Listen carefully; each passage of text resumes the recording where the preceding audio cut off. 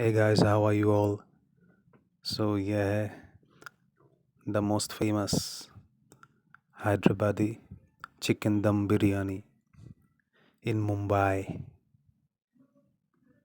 देखिए ना क्या बढ़िया लग रहा है खा के। चावल एकदम खिला खिला है, प्योर बासमती चावल।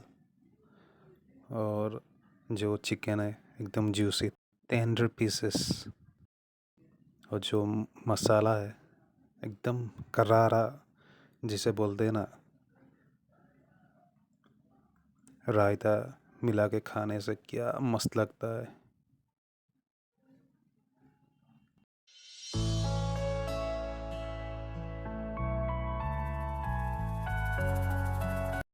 ये देखिए मसाला, एकदम कड़क मसाला।